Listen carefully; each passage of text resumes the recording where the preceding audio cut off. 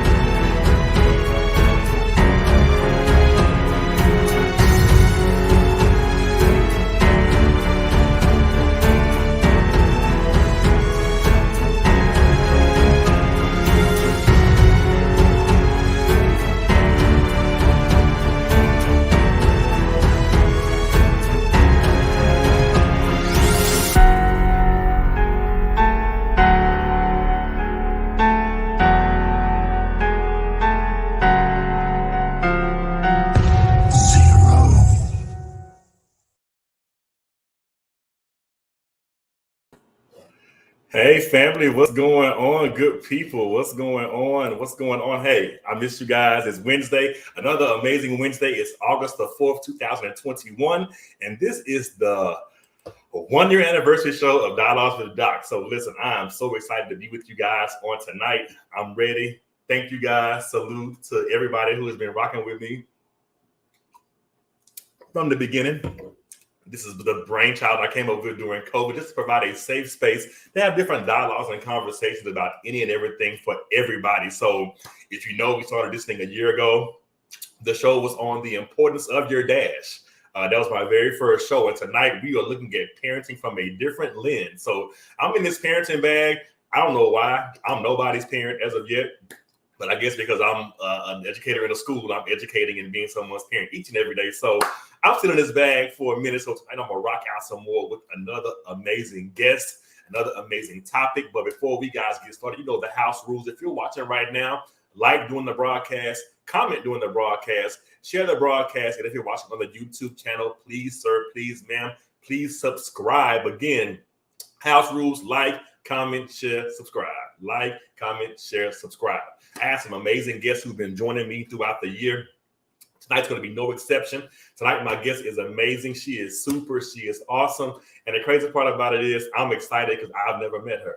Most of my guests are people that I know or I'm connected with. But tonight, this is an amazing guest I've become attached and connected to over the past couple of weeks because of someone else that I know who said that's who you need if you want to go in this direction. So I'm so awesomely excited to have her joining me on tonight.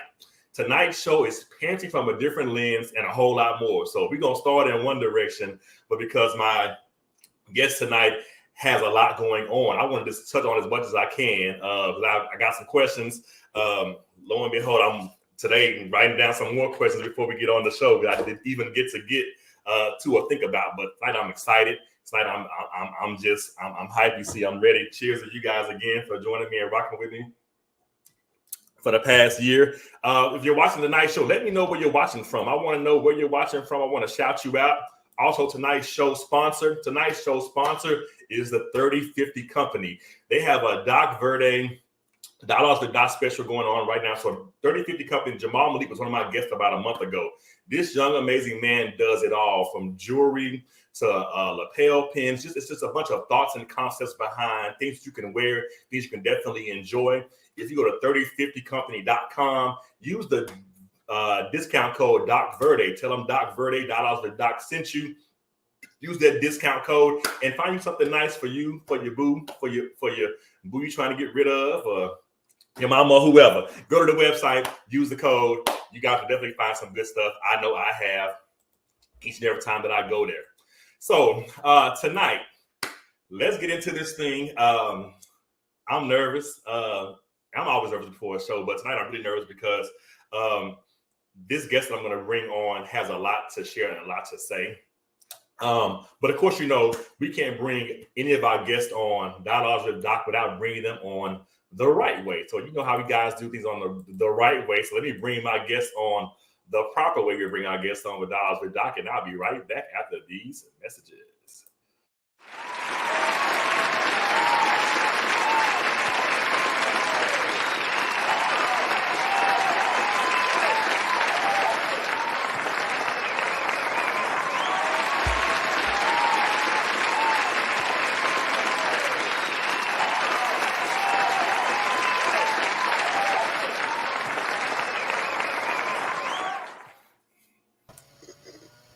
Good evening. Hi. How are you? I am great. Great. Thank you for joining me tonight. Tell me, am I giving you Teddy Riley? Can you hear me good? I don't want to give you Teddy Riley on the verses. I want to make sure you can hear me. I can hear you really good. Okay. How are you this evening, Jazz? I'm doing pretty good. I just got some disturbing news that another Black trans woman was murdered earlier today in New York, where they found her body inside her home. So the person who informed me was actually someone who was my gay godmother, and that's her daughter. So she reached out to me because she know how I am about my trans girls, and she know how I like to fight for them. So she contacted me and just let me know. So now I was actually reaching out to a couple of organizations and a couple of people all over the U.S. to inform them about this news so we can get, hopefully HRC could be a part of this and see what's going on to somehow get some type of justice served for this individual. Well, listen, my condolences to you for just receiving that news. And right before we go into this dialogue, because that was actually when I changed the topic tonight to parenting from different ends and a whole lot more, I wanted to go in that vein as well. I wanted to go there later on, but can we just stay in that vein right now while we're there? Mm-hmm. Okay, so let's start this thing off by just telling people who you are and what you do and how you are attached to the trans community. And I want to say your Ebony name right, but I didn't want to butcher it. So tell me how to say it before I. Okay, my ballroom name is Sah'meria Ebony. Sah'meria Ebony. Okay, that's what I was gonna say. But I don't want to say it wrong. And it's okay. Everybody, for some reason, a lot of children get it right, but adults always get it wrong. Figures. Sah'meria Ebony, Jasmine McKenzie is joining me tonight on this amazing show. I'm on digress and let you just jump in real quick and tell the people about you, who you are, the great work that you're doing, and then we'll go from there. Okay. Well, I first want to say thank you, Doc, for having me on this platform today. My name is Jasmine McKenzie. I am a 32-year-old Black transgender woman who lives in Miami, Florida. I have worked. Yes. I just probably about a year ago, I started my own organization, which is now a 501c3 nonprofit organization, which is a pro organization for Black transgender and non-binary individuals ages 18 and up, where they can come to the McKenzie Project and they can learn other outlets to get income, so they don't have to depend on doing survival sex work, and they don't have to deal with facing homelessness. And when I say other skills, I mean skills as in like sewing classes. Like I just got 2 new sewing machines. I have a heat press machine so they can learn how to print on t-shirts, cups, bags, purses, and all that stuff. So I'm just trying to figure out different things and different avenues for trans people to come together as one and learn some type of, training so they don't have to depend on sex work, because in this community, sex work is like a number one priority for a lot of trans folks, and specifically Black trans folks, because when we are into our transitions and we come into play and say, hey, mom, or hey, dad, or hey, grandma, or hey, granny, or whoever it may be, when we come to the conclusion and say, hey, I am trans, the first thing they say is, get out. You gotta get out my door. And when you have so many young trans folks that's so young that's being kicked out, they don't know what to do. They don't know what to go. So all they know is, girl, I see somebody over there, my good girlfriend. Oh, she got a nice house, she got a nice car, she's working the ads. I'm finna go work the ad. So that's all they know. So I'm trying to embed in their heads that sex work is not the first option that you always have to go through. Definitely. I was a person of that. I was 14 years old when I was kicked out of my home because at that time I chose to be gay. And at that time, I didn't have a big crowd of people who I could say, hey, can I stay with you? I need somewhere to stay. And the person who became my gay mother, she's also in the house, and she's the godmother for the House of Ebony, which is daughter Ebony. And at 14, she, brought me under her wings, but of course she was living with her family and she had her own agenda that she had to work with. So when I really needed a place to stay, she opened her doors and gave me somewhere to stay. But outside of that, I had to do survival sex work. I had to go inside stores and do shoplifting to get clothes and shoes to put on my back. I had to steal clothes to sell things. So it's like, I don't want the new generation of people to face that. Right. Now listen, okay, now you done took me all the way through my notes. And I'm like, okay, I gotta jump in here somewhere to tap in. I'm gonna go back to the beginning let me go here. What was life like growing up for you? So you said at 14 you got kicked out. When you said you were gay. What was it like up to that very moment or after that point where you were like, you know what, I'm different. I'm not supposed to be here. I'm supposed to be doing something totally different. And this being kicked out was actually, it hurt, but it was a blessing. Yeah, it hurt me. It was a blessing because at 14, which was 2 weeks before my 15th birthday, I met an individual who was a bit older than me. At that time, I was 14 and this individual was 46. So this person, they opened their doors, gave me somewhere to stay, gave me food, clothes, bought me my first car to say, hey, this is a car. You can use this car. Mind you, I don't have no license now. But in his mind, he didn't care about the license. All he cared about is I am a 14-year-old child that's about to turn 15 in 2 weeks. I needed to go to school. He gave me somewhere to stay. He gave me a car. He said, hey, make sure you go to school. And at that time, because I was so young and, my mind wasn't there, I was going through a lot of stuff physically and emotionally. School wasn't an option for me. It wasn't my thing to say, I'm going to make sure I go to school and get my high school diploma. It's like I'll go sometimes, then sometimes I wouldn't go. But I really think the point that really took me was when my aunt went out to the school and had a conversation with my teacher. Now, this is the same aunt who I was living with, who told me to get out of her house when I was 14. And the reason she told me to get out of her house because she went to work, me being fast, me being grown, on a dating app, which was called BGC Live. I was on a dating app, and I met someone who I was in a relationship with at the time. And we was good friends for probably about 6 or 7 months. And when she would go to work, I would invite him over, and he would just come over and just chill for the night or whatever. And he would drop me off to school sometimes. So this particular day, she got into an argument with her supervisor, and she came home early. And when she came home early, she came knocking on my door like, why is your door locked? Your room door is never locked. When I'm here or not here, your door is never locked, and your door should not be locked because you're paying no bills in this house.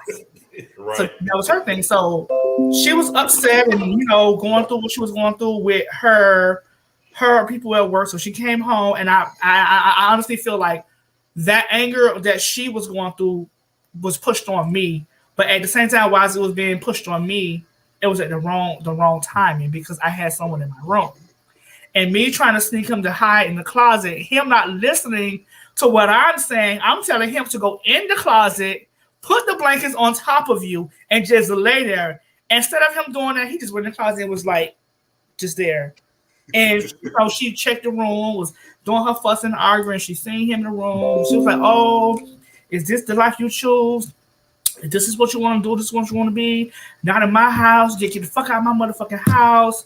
So at that time, I'm like, where the fuck I'm going to go this time of night? Where am I going to go? So it was a person who's a good friend of mine. His name is Tyrell Rowe. He has an organization in Vegas called the Rowe Project, which is a dance company. Because I was in dancing school, and he was the first person I called.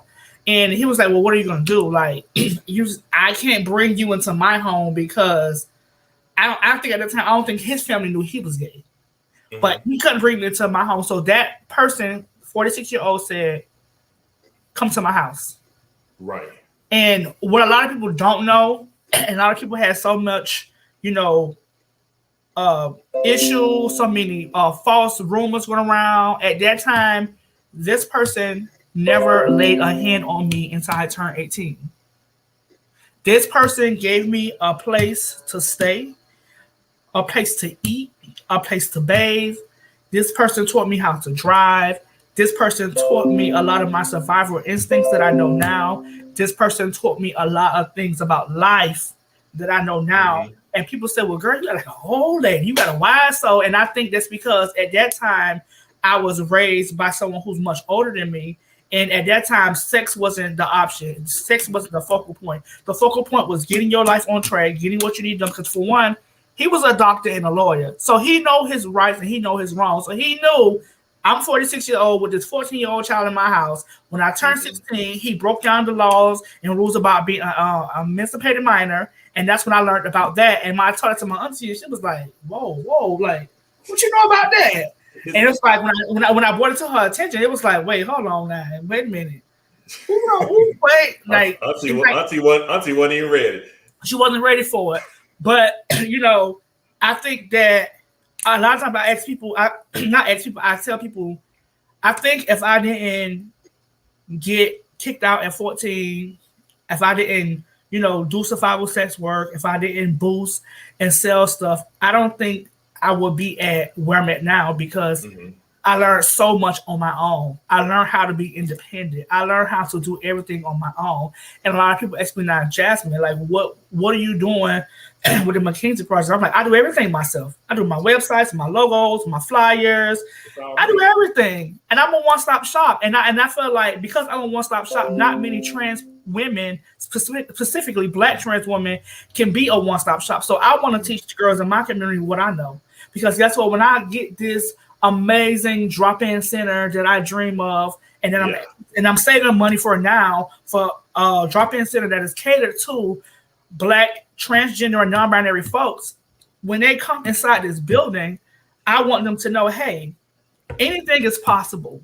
You can learn all this stuff that I know, all the stuff that I learned, and guess what? I can teach you how to start a business and run a business, and you don't have to worry about being homeless or sex work.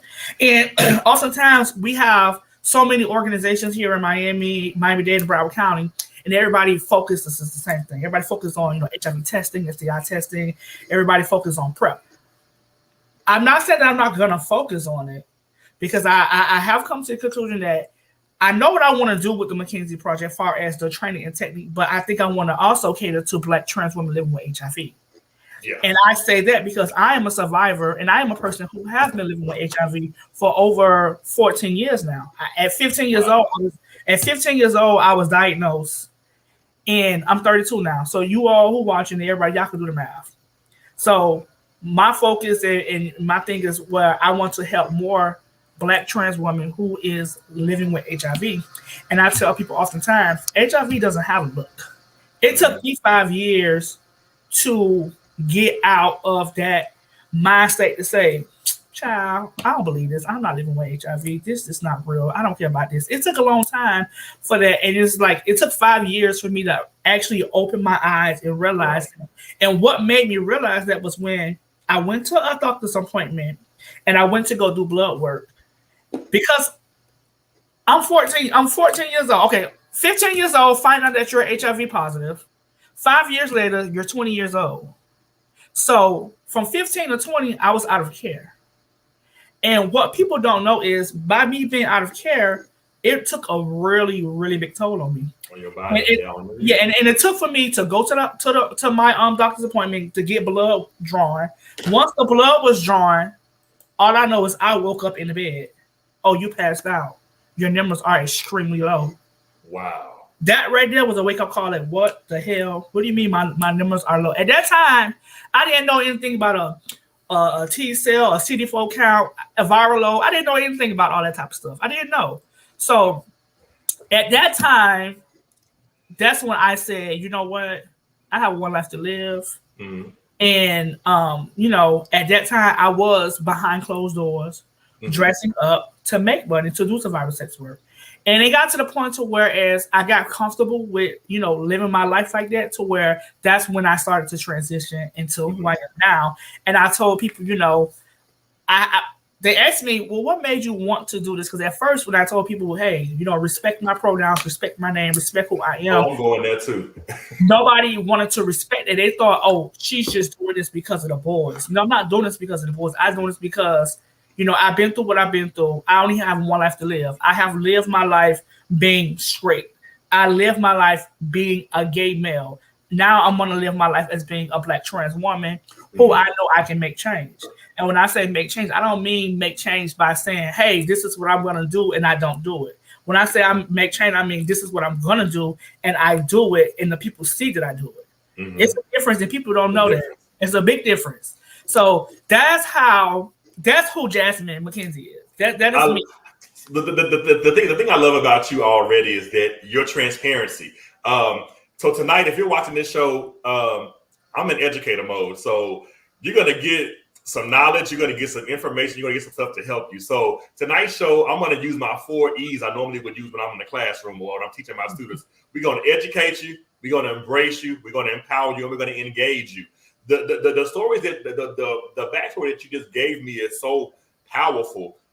It is powerful, and people who was that Iconic said, "Wow!" Like the comments are just coming in already. That there's this big misconception. I love how you said this man was 46 or 48 years old. 46. 46. So what jumped out at me when you said that was people have the misconception that older people can't pour into you. They only want to prey on you. So he was pouring into you the entire time while everyone else thought he was preying on you. But he wasn't preying on you. He was trying to make sure you knew how to drive, make sure you were taken care of, make sure you had somewhere to stay, had somewhere to live. So it's that stuck out to me and struck a chord with me because people have these big misconceptions about individuals growing up that are struggling with trying to find themselves in the lifestyle. So I love how you tackled on that. And I'm going to go here. Can you share from your lens the importance of what parents are needing in the LGBTQ plus community?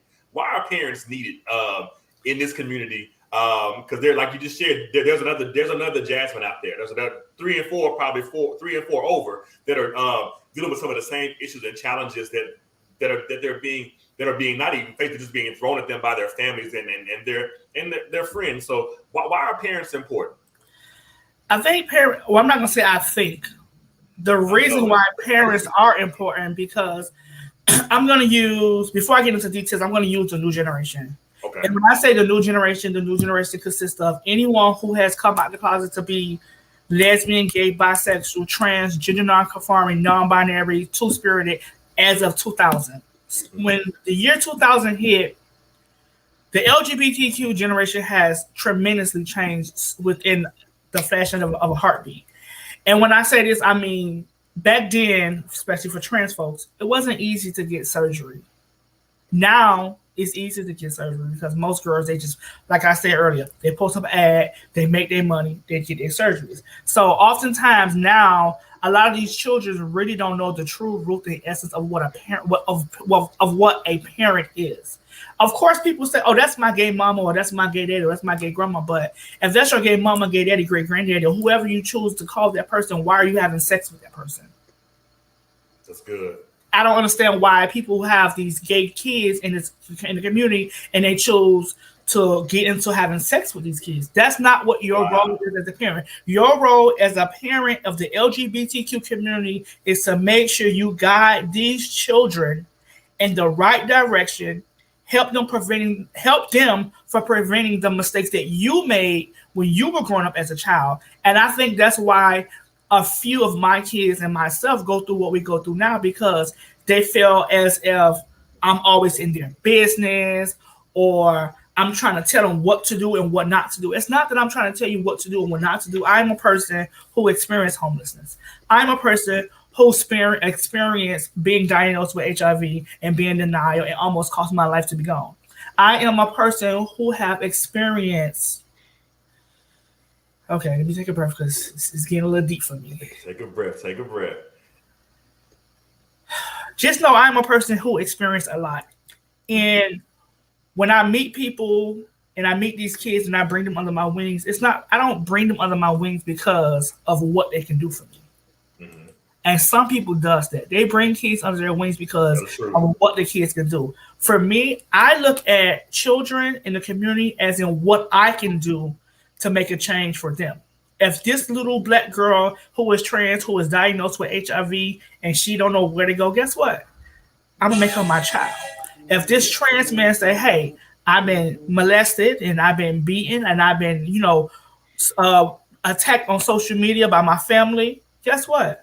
I'm going to make you my child. If you are a lesbian, and no matter what you is, I look at the issues and problems that these kids go through and I put myself in their shoes and say what I can do to make a change in their lives. And I will say this, it's a struggle at times because sometimes these kids have to learn and bump their head before they can say, "You know what? My mama was right." And I got probably like 4 of my kids, they would never ever listen. Nah. "Oh, mama, you said that. Oh, mama, you was like, mama, how you do that? Well, how you know that? Well, how you know the thing to say that?" And I'm like, y'all just don't understand. I experienced this stuff already. I've been there and I've done that. So it's like, if I'm telling you not to do this, I'm telling you that for a reason. I'm not telling you because I'm jealous or I envy you or you feel like I got a problem with you. I'm telling you this so you don't have to be hurt and broken. Right. And I practice and I preach safe sex a lot. I practice and I preach about, you know, the safe practices of HIV and STIs and stuff like that. And I often feel like a lot of the parents in our LGBT community are not speaking up on that. Mm-hmm. We have so many Black, and anybody that's watching, just remember this: before you are LGBTQ, you are also Black. Remember that. So I'm speaking to my Black community right now. Yeah. For your Black community, it is very important that your mental health is important, your sexual health is important. And nobody could ever say that there is not enough resources. There are enough resources for everybody. Mm-hmm. And I think in the community, people lack the word called research. Yeah. Nobody wants to get online and research for resources when there are so many resources out there. Many resources for free. Not only for just trans people. Oh, honey, well, she only got resources for trans people. No, I don't. I don't only have resources for trans people. It's just that I'm a Black trans woman. I know what it is to not have resources. I know how it feels to be shut down. So my target is to make sure any Black or brown trans person that comes in contact with Jasmine, I'm going to get them into care. But for my lesbians, my bisexuals, my gays, my two-spirited people, we have resources out there. Don't be scared to look it up or reach out to people. And I think that's another thing where people are in denial. And I understand that. I was in denial for 5 years. So sometimes it takes people a little more time to say, you know what, let me get up off my butt and try to figure out what I could do to make this change. I love how when I came up with this show concept, it was like, I'm in this parenting vein, but there's a whole remnant of people that I'm missing. And I try to touch on topics for everybody. So if you're watching tonight and it's not for you, share the broadcast anyway, because this may be for somebody else who you don't know may need this information. But it's parenting from a different lens is crazy because there are so many young kids out here in these streets, like you said, whether they're straight, whether they're gay, whether they're trans, just trying to survive. They're looking for someone to be their ray of hope, their ray of light. So they come to school and get harassed by somebody like me, who's trying to say, son, just put your tie on, put your pants up. You know, just someone that genuinely show that they care. Or someone like Jasmine, I'm gonna say everybody, or Sah'meria and Ebony, comes into their life to pour into them, and you have no idea that I'm just giving back to them what someone gave to me, and then you end up and find out now I'm a house mother. So how did you become a house mother? That's my next question, because there's an evolution there that has gotten you to this point. How did they come about? Okay. I joined the House with Ebony October of 2010. How I joined, I actually was, at the time, it was back in 2010, we used to have like these big hair show battles. Mm-hmm. So hair shows was really a big thing in our community.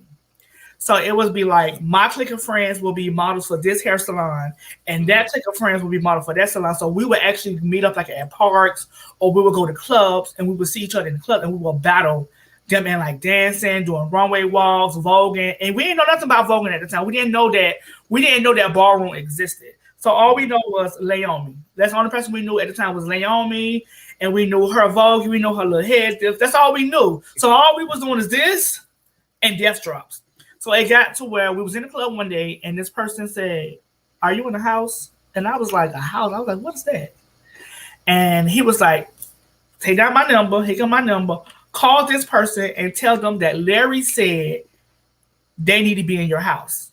At the time, he didn't tell me what house it was. He just said, "Go there." So I called the person. I'm looking at it. I'm like, I know this name from somewhere. I know this Delano, I know this name somewhere. I couldn't think of it. And then when I called the person, it was like, "Oh, is this such, such, such, such?" And I was like, "Yeah."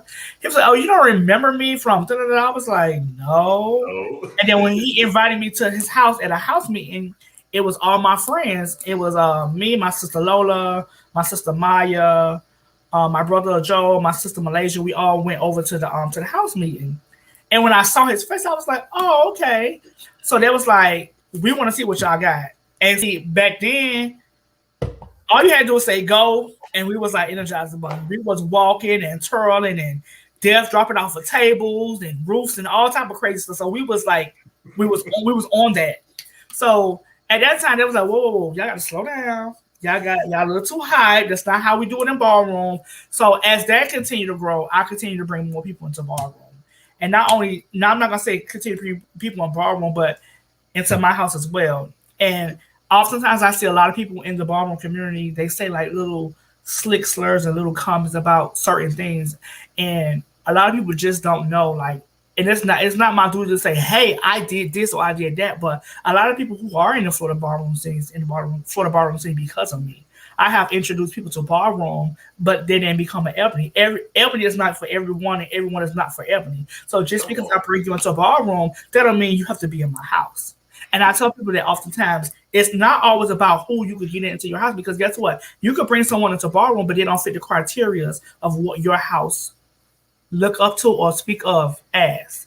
So okay, stop right there because you're going somewhere and I want to jump in. So since you're going there, can you explain the power behind the house? Like some people don't, like, we're educating tonight, y'all. We're talking about a lot of stuff. What can you explain the power behind a house like the House of Ebony? Let's talk about it. I'm gonna explain the power behind the house from the House of Ebony perspective, and I'm going to also explain about it how I feel in ballroom is. Come on. The power behind the House of Ebony is everybody look at the House of Ebony as a bangy house, a hood, ghetto, wretched house. That's what they look at the House of Ebony as. When myself and which is Sah'meria and mother and the father Dun became the South Florida parents of the House of Ebony. So we have two chapters. We have a South Florida chapter and we have a Central Florida chapter. Once we became a father and mother of the House of Ebony, then we seen other people come out as mothers that was younger. And then once we became that mother and father, we said, you know what? We are going to change the dynamics of how people look at us. So guess what? We cleaned up the look of how we dress and how we carry ourselves. And of course, if you step on our toes in the wrong way, we gonna flip some shit. Y'all hear me? We can hear you. So for people, they be like, "Oh, y'all ghetto, y'all Benji." We are ghetto and Benji when we have to. I can hear you. I can hear you. Okay, I'm taking the AirPods out. I can't play tonight because you get to the good part. Okay. Can you hear me now? Yeah, we good. Okay. So the power. So to get back to the power behind the house is, we have molded the children's to learn how to think of your personal life first, then ballroom second. And why I say that, because oftentimes people are so focused on walking the ball, getting a trophy, getting House of the Year, getting this extra point to win this $5,000 or $6,000 as a house. For us, it's not all about that. I tell people all the time, before you come into my house, make sure you have a job. Make sure you have some type of source of income. If you ain't got no source of income, we can figure out a way how to start you a business and get these coins going.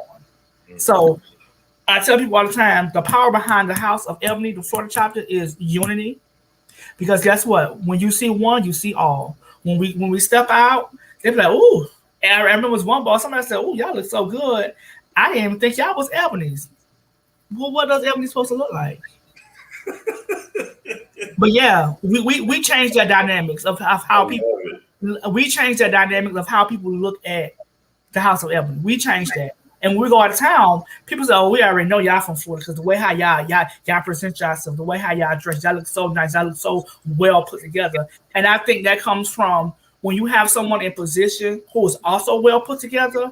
You have these kids that look up to them leaders and say, well, my mom, my daddy look good. I got to look good too.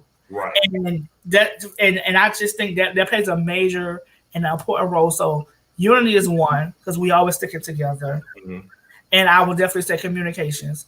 We have had many times where people felt like I can't come and talk to Sah'meria about certain things, but I can go talk to the father. No, you can talk to me about whatever you want to talk to. Right. My thing is, I'm going to be on you a little more harder than the daddy is, because the daddy has a more closer relationship than I do with you, because he bring in who he bring in and I bring in who I bring in. So when his people come to me saying, oh, I don't know if I want to talk to mama right now, I'm going to give it to him blood real raw. How they need it. And I tell people sometimes in order to fix things and to make things better, you have to have uncomfortable conversations in uncomfortable places so these people can understand and they can know what it is and what's going on. You're on it. Like, and as I come up with the questions for the show, I'm like, okay, which direction do I want to go in? But I mean, since I'm here, okay, let me take a break from ballroom for a second because we educate people tonight. Let's go here. Can we talk about using the proper pronouns? So I'm gonna come back to ballroom, y'all, but I want to get this question in here because many people don't know, many people don't understand. These are my pronouns. These are what I go by. And you have to use them properly. And if you don't use them properly, I'll become offended. So can you talk about, from your lens, why it's important to use the proper pronouns for individuals in any community, not just the LGBT community, in the straight community, in the gay community? These are my pronouns. Adhere to them. Well, first I'm going to say, it's not that people don't know or don't want to know. People chose not to respect it. That's good. And I'm going to start with, then I had a conversation earlier where an individual texted me on Facebook and started going off about trans people. And, trans people are just men in wigs. They dudes, they this, they that. And I'm like, just because someone is trans, that doesn't mean you have to be gay. And a lot of people don't understand it. They think because you're trans, you're automatically gay. Come on. No. You could be gay, you could be bisexual, you could be whatever you chose to be. And that's what people don't understand. They get your gender mixed up with sexual orientation and who you go to bed with. And that's not how it should be. So for me, pronouns is very important. Not only for just trans folks, but you have non-binary people. You have two-spirited people. You have gender non-conforming people. You have queer people. You have lesbians. You have bisexual people who have certain type of pronouns. She, her, and hers is not the only pronoun that's out there in the world. We have them, they, and theirs. We have ze, their, and zers. And a lot of people don't know about those because they go to talk, well, what is that? I never heard of that. Y'all just creating something. No, it's not that we are creating something or trying to push the agenda on people. This is just the life we live in. These are the pronouns we respectfully want to be called. What's so hard about respecting someone's pronouns and just calling them their pronouns? You don't have to like someone or you don't have to agree to what they like, but you need to respect people. Respect is due to a dog. Yeah. And people need to understand that pronouns are very important because sometimes some people, especially trans people and a few non-binary people, they are fighting gender dysphoria.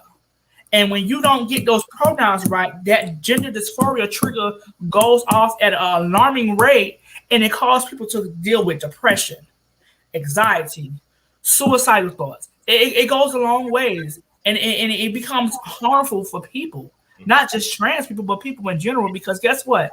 I'm pretty sure if you want somebody to call you a name that you want to be called, you expect for them to respect that without no questions asked and just to call you that name. But we have people in society who choose not to go by that level of respect to call people by their pronouns. And I must say this, and a lot of people might get upset what I'm about to say. That'll be all right. But guess what? I got your back. And this, I ain't worried about them. This is something that I have been able to look at and witness for the past 3 years. And it first started when I was working at an organization here in Miami called Pride Lives, when I was working with a lot of youth. And a lot of the youth that I was working with was not specifically Black youth. There was a lot of Latinx and white youth who were privileged. And I watch and I sit and I listen to how these privileged white kids and these kids' mothers and daddies respect them with their pronouns, respect them with their transitions. But when it comes to the Black culture, for the stereotype of how people are raised, Black people cannot be respected with the true pronouns that they choose to be called by. And it disgusts me that we have to go through that in the Black culture, and it shouldn't be that way. People are so stuck on the stereotype about how people should be raised when they are born. And I was to get off topic. I don't want to get off topic, but somebody just jumped at me when I heard, because I had to think about when somebody said, y'all need to stop trying to push the agenda of being trans and non-binary on people. That's what they said. But guess what? When I was young, when I was growing up, I was being pushed the agenda to be straight. I was pushed on the agenda to not date boys. I was pushed the agenda to date girls and to have sex with girls. That's the agenda that I was pushed. So my thing for anybody who is heterosexual or cisgender that's watching this video, how do you feel about someone who's being pushed on with stuff like that? We listen to music. We have how these kids talk about these songs. Talk about I'm gonna kill this nigga. I'm gonna shoot this hoe. I'm gonna do. I'm gonna do all this stuff. But when someone who is a part of the LGBTQ choose to live freely and say what they want to say and speak how they want to speak, we have to be the ones that's pushing the LGBTQ agenda on people. Y'all need to stop that bullshit. Please stop it. Stop it. I love how you just summed that up. And it's crazy for me because I was having a conversation with a colleague the other day. We're getting ready to open up the school and we got to do all these professional developments and things like that. So I said, well, just so you know, just a rule of thumb. I said, when you get up and you introduce yourself, I said, say good morning, everyone. She said, well, why can't I say good morning, ladies and gentlemen? I said, because some people don't identify as a lady or a gentleman. So it's safe to say good morning, everyone, just to not even put yourself in the line of fire, because someone will come at you by saying, well, I don't identify as a lady or a gentleman. So, it's crazy how we're having these conversations. And even in the workplace, just to empower other individuals who just don't know. And it's not that, it's like you said, people have been pushing their agenda on everyone for years. So it's not like a pushing an agenda. It's just, I want to be respected as he, him, his. I want to be respected as they, them, theirs. It's just, this is how I expect to be received. This is how I expect to be addressed. And that's all I'm asking. It's like you said, it's just respect. It's simple respect that we're asking for in honor of the pronouns. And why is it so hard to just say whatever we choose to be? Pronouns are. Yeah. So no, I know. Thank you. I said, I have to ask her this question because this is just something that everybody's dealing with. And nobody, I'm taking the time to address some stuff tonight. That's why I thank you for coming on. I'm gonna go here. What do you think, Jazz, is the biggest misconception about trans men and women? Wait. Before I get on this, because this one might get a little deep. Okay. For anybody that's watching, when you walk in a room, you can say, hello, good morning, good afternoon, everyone. Good afternoon, folks. Good afternoon, community. Those are some words that you can remember to use, because a few months ago, I had an issue where I was at someone. That's for free, y'all. That's for free. She gave it to y'all for free. Yeah. So I was at somebody's house, and it was nothing but trans women inside their room. And this individual came and say, hey y'all guys, how y'all guys doing? And I'm like, who this bitch talking? Who is she talking to? And I'm like, everybody's like, well, the other trans girl was like, well, it's not that serious, girl. I said, no, it is that serious. I said, because guess what? What if I was a person who was a fighter of gender dysphoria?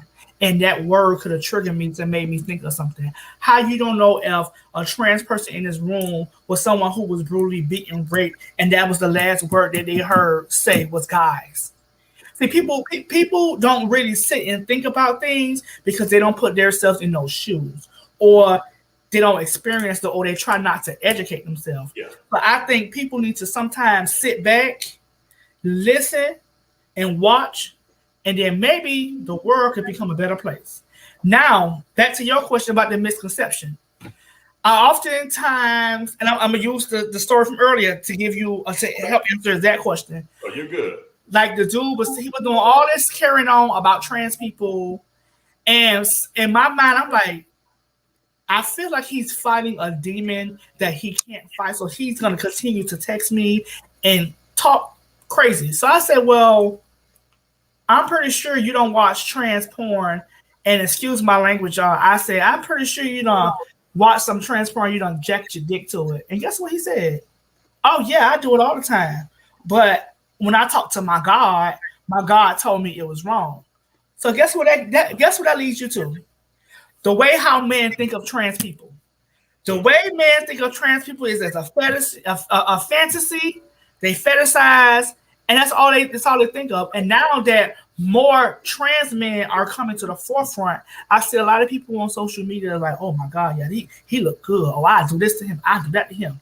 Y'all doing the same thing And it's a lot of gay men that's doing it. Y'all doing the same thing that these so-called heterosexual men are doing to trans women. They are fetishizing and having these fantasies about trans women. And that goes back to that man who said what he said. You don't like trans women, but you masturbate to trans women. So that goes back into you will be one of them same black men who will actually meet up with a trans woman, have sex with her, and then after you have sex with her, because you felt like that was wrong, you want to kill her, you want to shoot her, you want to harm her. And then guess what? Again, we have another case of another black trans woman whose body was found in a hotel room or on the side of the bridge or on in some car somewhere. This is how these stories take place. And this is not make-believe, people. This is real life. This is what trans people have to face on a daily. And people just don't understand that. You just messed me all the way up. Not in a good way. You messed me up because you answered that question, but my other question was, what do you want people to know as it relates to the significance of trans lives? But before you answer that question, you messed me up because there are so many trans lives being lost to foolishness. And you never really, you hear about it, but it really strikes a chord when it hits home. So I'm having a transparent moment like you just had. So for me, I'm from Dallas. So when the Malaysia Booker stuff hit the news, I know exactly where that apartment complex is. I grew up in Oak Cliff, Texas. I know exactly where Royal Crest is, where the whole incident happened and took place. And I'm like, it threw me because I know when I saw it, I'm like, I know exactly what the hell this is. This is putting on my heartstrings because this could have been, I mean, to be honest, one of my former students. This could have been, I mean, I don't know Malaysia realistically, but this could have been one of my former students that I taught in school. It could have been one of the kids in my community or whatever. And then the fact that I know exactly where this took place, it messed me up. And I was like, well, what is the misconception about? Well, we're talking about Black Lives Matter, but when it's Black lives, it's trans lives, hell, everybody's lives matter. But it seems like the trans community is getting like the worst hit, the worst blunt of the stick because people don't understand, but people are also uneducated. So like it says in the Bible, people suffer because of lack of knowledge. So tonight we're taking the time to give you guys knowledge and parenting from a different lens because so many gay males and females, trans men and women, non-binary women have been non-binary folks. It's non-binary folks. Non-binary folks have been taught to fend for themselves. So they've had to find parenting from other avenues. They've dealt with, I got it on my paper. They've dealt with mental health challenges. And it's not just mental health specifically, but it's like dealing with seeking acceptance, dealing with depression, dealing with self-love, just dealing with a sense of belonging. So they find houses to join, or they find older individuals to pour into them and not prey upon them prayerfully. And it's crazy. So can you talk about the significance of, or what do you want people to know about the significance of what trans lives are? Okay. For one, I want people to know that the trans community has never been a problem. It's America in denial about the obsession that they have with trans people. Tell it. That's for one. And for two, I think people need to understand that we are human, just like you. We bleed blood, just like you. We take showers, just like you. We die, just like you. The same thing that you do, we do as well. The only thing is we live to be our authentic self and become who we choose to be. I mean, who we want to be, and not who people want us to choose to be. And I hate when people feel as if it's an issue or it's a problem to be trans. It's not an issue or problem. Let us live our life, because guess what? 9 times out of 10, when you go somewhere and you meet trans people, those are the same ones who is at the forefront that is fighting for what is right. When we had this Black Lives Matter movement go on, who was at the forefront making sure it existed? A Black trans woman. And oftentimes we hear people say Black Lives Matter. I personally don't believe Black Lives Matter. Because when it comes down to the trans community, we don't see people having riots. We don't see people burning down buildings. We don't see people knocking the police upside the heads. We don't see no one who's going down to that police department to make sure the chief deputy know what's going on in the community, to know the correct pronouns and how to address these issues that's going around in our countries and states and cities and all that good stuff about trans people, because they don't care. They don't care. So I need people to understand just how the cisgender community has what they do and how they live. We are human too. Yeah, we are human. If you can't respect that, then you need to check yourself and move on. And I'm gonna tell people all the time, you ain't gotta respect me. I don't ask for respect. I demand my respect. Give it to me when I walk in the door. I demand my respect. I know who I am, and I'm confident in who I am. Exactly. Look. Okay, so I'll go here. As a parent, Sah'meria, Ebony, how did you encounter most of your children for the very first time? Like, what happened with them to say, "Hey"? You just like, you know what? You don't even have to answer the question. Just come on. Let me just. Well, 3 of my kids actually made me their mothers on their own. They just like, oh, that was you on. You just did that pageant. Oh, you my mama. I'll make you my mama. And it happened all at 3 different pageants that I did and I won. And these individuals, they made me their mother. They made me their mom. They like, you ain't going nowhere. You gonna be my mama. And ever since then, we've been, close like that. I would say a lot of people, they watch and see what I do on social media. Mm-hmm. And I'm gonna tell people this: people really watch. They do. They really watch, literally. And I say this because there's an individual who lives out of town who is a trans man. He's my first trans man child. And he's someone who was watching me. I had no idea that this person was watching me.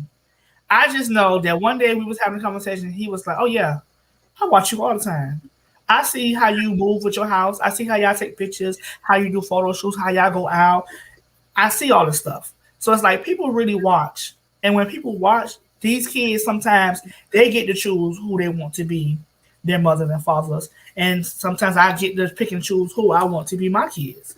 So I do a lot of things based on the experience that we have. A lot of my kids, they experienced a lot of stuff that was similar to me growing up, regardless if it's like family issues, mental issues, personal issues, whatever the case may be. I like to sit down and chit chat and talk with people. And when I feel that energy, because I'm a person that I can talk to you one time and I can feel your energy. And that's something that my kids don't like, because they'll bring somebody around and I'll be like, don't bring her back to my house. Why? I don't like her energy. That's not your friend.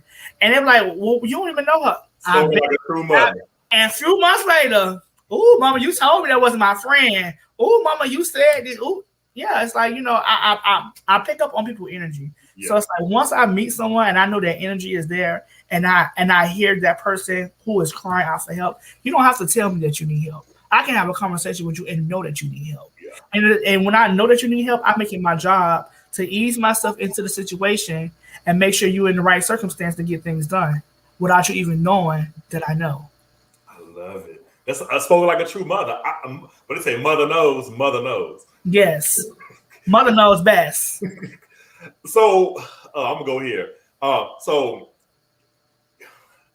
being in a community, being in a subgroup in that community, how stressful is that? Like I'm a part of the movement, but trans lives do matter in the midst of all the other stuff that we're fighting about, that we're fighting for rights for, that we're being vocal about. How stressful is that for you?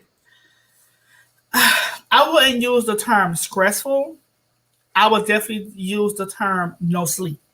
Mm-hmm. Because I don't get no sleep. And I try to juggle both communities. And, sometimes people don't know, or people don't even think to say, well, you know what? Let me call Jasmine to see what's going on, see how she is.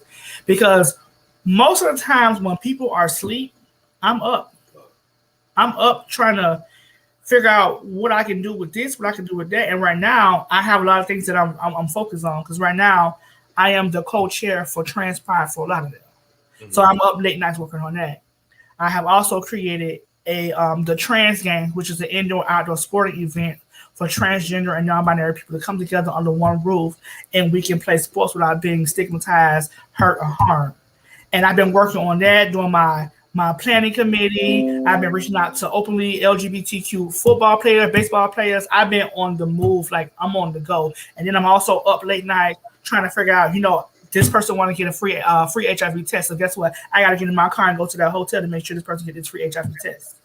I'm up late night trying to figure out how we're going to continue to build my structure for the McKenzie project. So when I get this building, I know what area or what way I need to go. And I know how to put this stuff in these grants so I can get this grant funding to really use the funding that I get. Because it's coming. And I'm going to repeat that. To really use the funding that I get. I'm not going to be that person who's going to get the grant funding and not use it. I'm going to use it the right way and the correct way.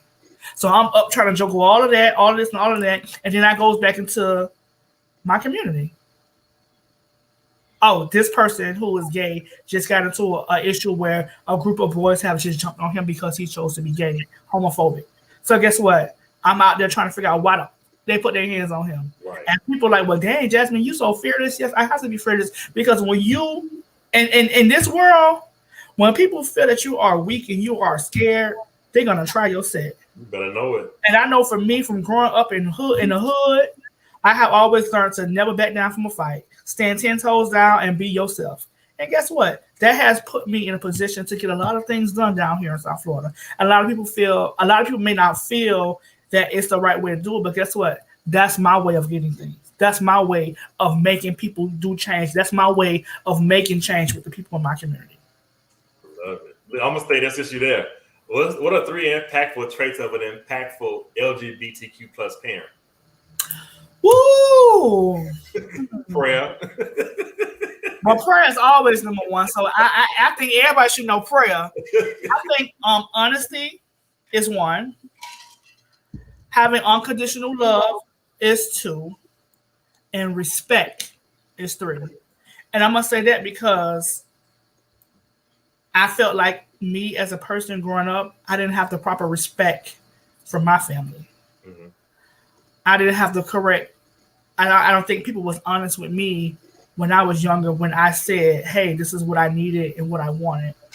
And when I say unconditional love, that's because it took many years for the person who was my aunt who kicked me out, who is now my number 1 cheerleader.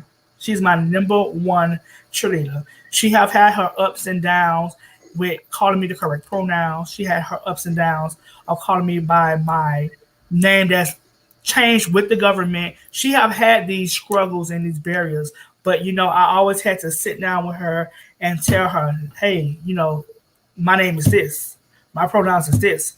And when she talk about my friends, I do the same thing. That her pronouns are this, her name is this. So it's like now, when I first started into my transition, it was terrible. Mm-hmm. Now I go somewhere with her.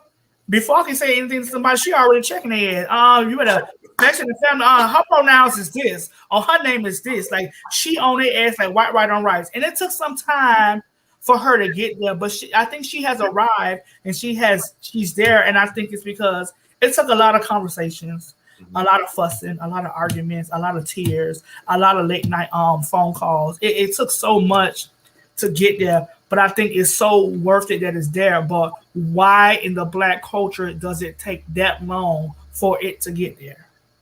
Because guess what? When I was 15, 14 years old, if all that would have been nipped in the bud at that time, I wouldn't have to deal with homelessness. I wouldn't have to deal with doing survival sex work or going to somebody's stores to steal some clothes and outfits and sell it as a booster on the street. I wouldn't have to go through all that. I probably honestly won't even be here talking to you about what it is to be a Black trans woman as a parent in the LGBTQ plus community. But see, it goes back to, I tell people all the time, sometimes you have to really sit back and think about things. And what people don't realize is, regardless if your child chose to be lesbian, gay, bisexual, whatever your child chose to be, the most important thing any child wants from a parent is love. Love and respect. Long as you can love your child and you respect your child, guess what? That child is going to be the best child that child could be. And that's what we lack that. We lack that. We lack that so much in this community. And I don't know when it's going to stop. I don't know what it's going to take to stop, but it needs to stop. Period. Purd, like Roland Ray say, purd. Purr. So I got is it messy? X away. X. How authentic are shows like Pose and Legendary from your perspective? Okay. I'm gonna break this down. Okay. Yeah. When I watch, So let me be honest. So watching Pose really pushed me to do this show. I'm like, I feel like I'm missing something. I said, you know what? I need to look at parenting from a different lens. Bam! I'm watching Pose. I'm seeing what Blanca and Electra are doing. You got Poppy, you got Angel. Like, there's a whole community that I'm missing for this parenting piece. Bam! I got to do a show on it, which led me to this. But I said, let me ask someone who's in the community. Is this shit? Okay, let me break it down. I'm gonna break it down from Pose to Legendary. Okay. For me, I'm gonna say Pose is very authentic, and why I say that because when so many people watch that show, the first thing they say is, "Oh my God, you remind me of Blanca. Mm-hmm. You are the Blanca of Florida." So many people say that. So many of my kids, even people from like that's not even my kids, they say you remind me. You the same thing, the same way how Blanca do with her kids. That's just how you is. You finna go to the doctor's office with your child. You finna go at the courthouse with your child. You finna do whatever it is. And when they asking you who you is, I'm the mother. I am, because guess what? That's my reason for being. I'm their mother to be there, because guess what? They don't have their biological mothers and fathers to be there at court or make sure. They just don't have their parents. So I'm gonna make sure I am there. So for me, I'm gonna say Pose is very authentic. Very a lot of stuff that took place in Pose is a lot of stuff that actually took place in Ballroom. And I'm gonna say go back to the very, very first episode of Pose when they went inside their museum and they stole those outfits and they put on outfits that actually happened in real life with my house. It was the house of Ebony that did that some years where they went and stole all these clothes. They put the clothes on. They went and walked the ball, and that was a real story. That really happened. So a lot of the stuff that took place in Pose was stuff that really took place. And then also when they went to the era of about HIV and the different medication, that's real. We had people that was dropping like flies, and then here we are in 2020, 2021. People are consistently dropping like flies from the COVID-19, mm-hmm. And it's like people just don't understand, and they don't look at things. They just look at it as, okay, this is a show that has people of the LGBTQ community, and I'm just gonna watch it. No, motherfucker, this is real life. These are struggles. These are issues that we really go through. How the same way how them girls are on there doing sex work, that's the same way how we still in America are dealing with sex work. Still to this day, trans women are still dealing with the issue and the impact of survival sex work. When you go into a room where you're being discriminated because you're trans, you can't get a job here. We still face these issues. We still face this. Like the episode when Angel went on there and they asked her about why you feel like you should be the girl for the campaign. Right. What do you mean why? Why not? Why not? What first of all, what made you ask that question to feel like you needed to ask me why I'm not the girl for the campaign? If I don't stand here and I done did all this stuff, I done did all these photo shoots and all this good stuff, why are you asking me why am I the girl for the campaign? Lisa, you're right, Lisa. She on fire tonight. So it's just like I appreciate Pose so much because it had opened a lot of eyes for a lot of people. A lot of people, especially a lot of people in the cisgender community, they have come to watch Pose and they have came to understand this is important. This is a fight. I am Black and my trans cousin is Black too. So because she's trans, I'm not worried about that. That's my cousin and she's Black. So I'm in this fight with her. Exactly. Why can't there number of people think like that to say, you know what, I'm in this fight with you because we're both the same skin tone. I'm in this fight because you are my blood cousin or my blood relative, or I am a true ally that stands beside you for what you are here for. Mm-hmm. So that is that point. Now we get on Legendary. Now, woo! Yeah. Let me make sure I get this all right. What people don't know, or I'm not gonna say they know, people don't pay attention of that. Legendary was more so of a performance entertainment reality show. Mm-hmm. So when you go on reality shows, 9 times out of 10, they tell you what they want. I auditioned for America's Best Dance Crew back in my days, probably 4 times back to back. And it was this one time where we almost made it, and they told us, well, you know what? We have a crew that's already on the show. Y'all have the same style. And we didn't know what they meant about that. And then when we actually watched the show, we saw the dance crew called Fanny Pack. And we was like, well, damn, we got this. They style is like ours. So when we watched it, we was like, okay, we see where it's going. So when you're watching these reality shows like Legendary, which it has the entertainment part of ballroom, I don't often believe that it's authentic because they tell you what to wear, they tell you how to say things, they tell you how to word things. They have people that sign contracts to make it to a certain level of episodes. Yeah. So for me, that's not authentic. If you're giving this house a contract to sign that say you're gonna last to the second episode, you're not being authentic. If you say I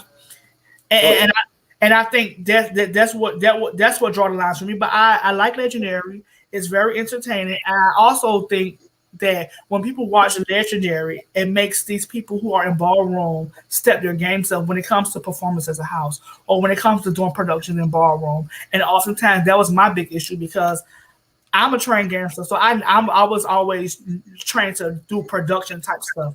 So when I saw Legendary, I appreciated it in so many ways because, you know, in ballroom, people don't really do real productions. Mm-hmm.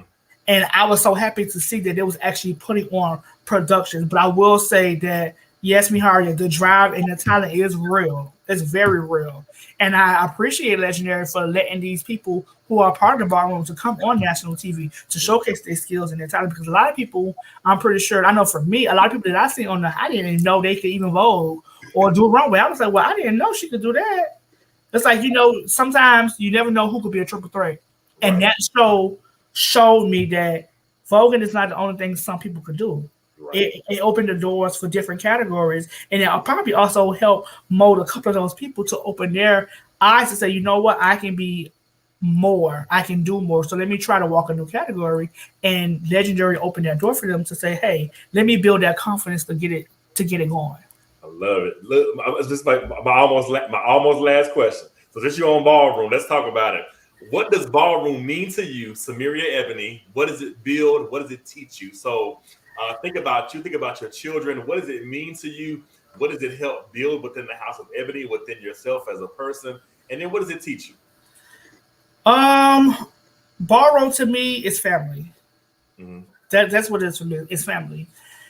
And I'm going to say family because everybody who was actually in my house was actually like people who I grew up with in my community. So these wasn't just people who just joined ballroom. These are people who I was able to see grow from a younger child to now. I got to see a lot of people grow into their transitions. So for me, that's very powerful because a lot of trans women are not here today to say what I'm saying. They don't get to see these kids grow into their transition to be who they truly want to be. It's another part of the question. Let me see if I got it on my computer because I'm missing it. I got you. What does it build? I put it back up. What does it build? What does it teach? Like, what does it teach? Okay, now what does it build? I think ballroom as a whole has been able to build more unity within the LGBTQ plus community because sometimes I often feel like, you know, we don't have enough representation or enough people coming together as one. And I'm going to specifically go back into what I always say, back into the trans community. In the trans community down here in South Florida, we don't have no unity because we have girls who feel like they're realer than the next person, or this person is not real enough to sit with me, or this person is not passable, or this person don't have the right body frame, or this person don't have breasts. It's like we go through all this stuff about how people think you should be within your transition, but I like the fact that in ballroom, we don't care about that. You my sister, you trans, you're a femme queen. In ballroom, trans women are considered femme queens. And in ballroom, when they call you a femme queen, it's like you get that good old praise and now high almighty, this is the queen. So for me, I always tell people, femme queens are the queens of ballroom. And that is something that I like to see within the ballroom community, how they stick together. Now, let me tell you something. We may not be in the same house, But guess what? When we go out of town and something goes wrong, guess what? The whole Florida is sticking together like white rice. Come on. Always. What was the last question? Oh, like what like for one of your children coming into the scene, comes into the house of Ebony, what does ballroom teach you? Woo! That's a long list, Lord Jesus. For me, I'm gonna say ballroom is gonna teach you to be the person you didn't think you could be. Mm-hmm. That's for one. To be better than you was 5 years ago. Ballroom will also teach you what the true essence of what family should be. I can't speak for every house. I'm going to speak for my house. So it teaches you what the true essence of what a family is. We might fuss, we may argue, we might fight. But guess what? When you call somebody that's in this house and you need something, baby, they is there. No matter what time it is, they there. They is there for you. So that's that. I feel like I'm missing a piece of this question. I feel like I'm missing something. So I love how you said the community and then just the connectedness, no matter what house you're from. Like you said, if we go somewhere and we all Florida, we Florida. We pull it up. It don't matter what house. I love how Pose was. I see you, Cliff. I love how Pose. I love how Pose connected. I thought it connected the whole story. It didn't just show the ballroom. It showed the highs. It showed the lows. It showed the big wedding at the end. I'm still mad the show going off the air, to be honest. I was going to say about that because I personally feel that I'm upset that it's over with. But I felt like there is more to ballroom now in the new generation that needs to be seen. And I personally felt like if Pose would have continued to go, it will definitely change a totally different dynamic. We understand that Pose has already changed the dynamic of the way people look and think about LGBTQ plus people. But I personally believe that if the show was to go on with a season 4 and then season 5, which would bring us to the 2000s and the 2005s and the 2007s and the 2021s, where real life shit is happening. People are really going through what they're going through. People can understand, okay, wait, this is now. This is what they're going through now. So what can I do to help make that change? That's it. So, I mean, hopefully somewhere down the line, we have some type of show that's going to come out about ballroom and, do some more education. So I really think the fact that Janet Mock and Ryan Murphy was able to come together under one roof and he let her get her space, that's what you call a true ally. Exactly. That's what you call a true ally. He is a gay, white, privileged male who opened that door and let her walk through that door and share her story and her experience. That's what you call an ally. So if anybody want to know what the true definition of an ally, Ryan Murphy was a true ally to Jenna Meyer. Even though she may feel that she has not been able to get paid the amount of money that she's supposed to get, but guess what? He still was an ally to even start this TV show. So it was able to touch and impact a lot of people in our community, not only in the LGBTQ plus community, but people who are cisgender male and female. Because I have a lot of my little friends who are like, oh, yeah, I watched that show, man, with my baby mom, man. She was in there crying like a bitch, man, but that shit was so good, man. I was like, oh, okay, but what did you learn? What did you learn? What did you hear? What did you understand? Listen. That episode with Candy, Sweet Refrain, that will always be one of my most favorite episodes. I'm like, okay, let me stay on task. Jack, what's next for you? How can people keep up with you? You've shared a lot tonight. No, let me start by saying thank you. You've shared a lot of information tonight, just in general. Then how you just delve into those topics. I really appreciate you for just saying yes. But what's next for you? What's next for the McKenzie project? How can people keep up with you? Somebody's going to reach out to you because of this show. I'm already speaking. They're probably watching in London right now, and it's 3 o'clock in the morning, but they're going to reach out to you. Or they may be watching in California right now, and it's 6:14. But somebody's going to reach out to you from this show tonight because you shared a lot of information and inspiration and encouragement. So how can they keep up with you? What's coming up for you? Okay, what's next for me? Right now, I feel like this is a fight that I've been fighting. And oftentimes I'm so used to doing stuff independently. So it's like I like to do stuff on my own. But the next big thing for me right now is actually getting a building space to have and create this drop-in center that is catered to Black and brown, trans people, trans and non-binary people in South Florida. I want that. That's my next big thing. I wanted to be in Miami, Florida, where people can come take showers. They can get clothes, shoes, wigs, makeup, do resume building, all that good stuff. So my main big focus is branching out to make the McKenzie Project bigger than what it is. A lot of times in South Florida, a lot of people don't want to help Jasmine because they feel as if Jasmine is a threat. But I tell myself all the time, like, I don't want to do stuff what the next person is doing. I don't want to step on no one's toes. So that's why I created what I created with the McKenzie Project. I didn't want my project or my organization just to be based on HIV testing, because I know how it is to have to meet those monthly grant deliverables of getting these tests. I don't want to be sitting here slaving trying to figure out, oh my God, do I got 40 tests this month? Oh my God, if I don't do these tests or have these numbers, it's going to be an issue or a problem. I don't want that. I don't want that hassle. I don't want that problem. I want to do something where I get to be creative, I get to be innovative, and I get to be who I am and showcase what I know. Because a lot of people just see Jasmine as this Black trans woman who has started the McKenzie Project, who is a mother of the House of Ebony, but people haven't really sat down to actually have a conversation to see what I know. They feel because I am a Black trans woman who has been in this doing community activism work within the last 3 years, they feel as if I don't know no better. And I don't even like to use the word activist, because when you are an activist, people expect for you to talk a certain way. I'm a voice. I'm going to voice my opinion. I'm going to use my voice how I want to use it, because guess what? That's me. I'm being authentically myself. It was another question you asked. It disappeared on me. What's next for you, and how can people keep up with you? Well, I do have a website. I kind of updated it a little bit last night.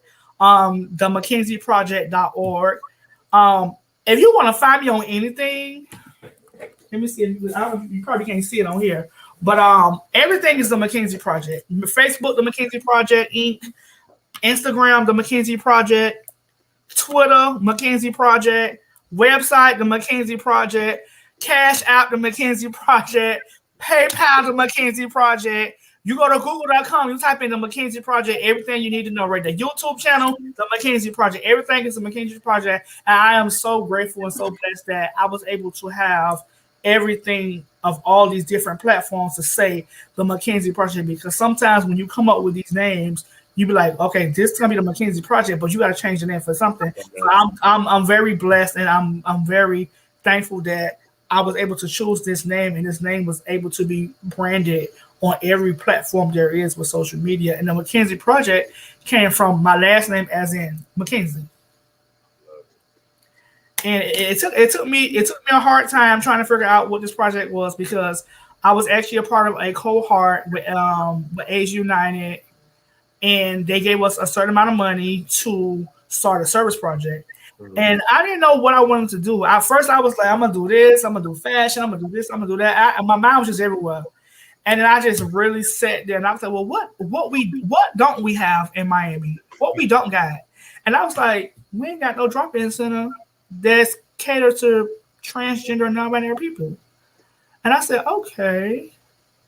Then I wrote out the name. I said, well, how would this name look on a building? That was the first thing. I was like, how is it going to look on a building? And I started asking my kid, well, how y'all think this name going to look on, like, when you walk up on a building, you sit on the wall? They're like, Mama, it's going to look good. You thinking too hard. Right. So that's how I ended up coming up with the McKenzie Project.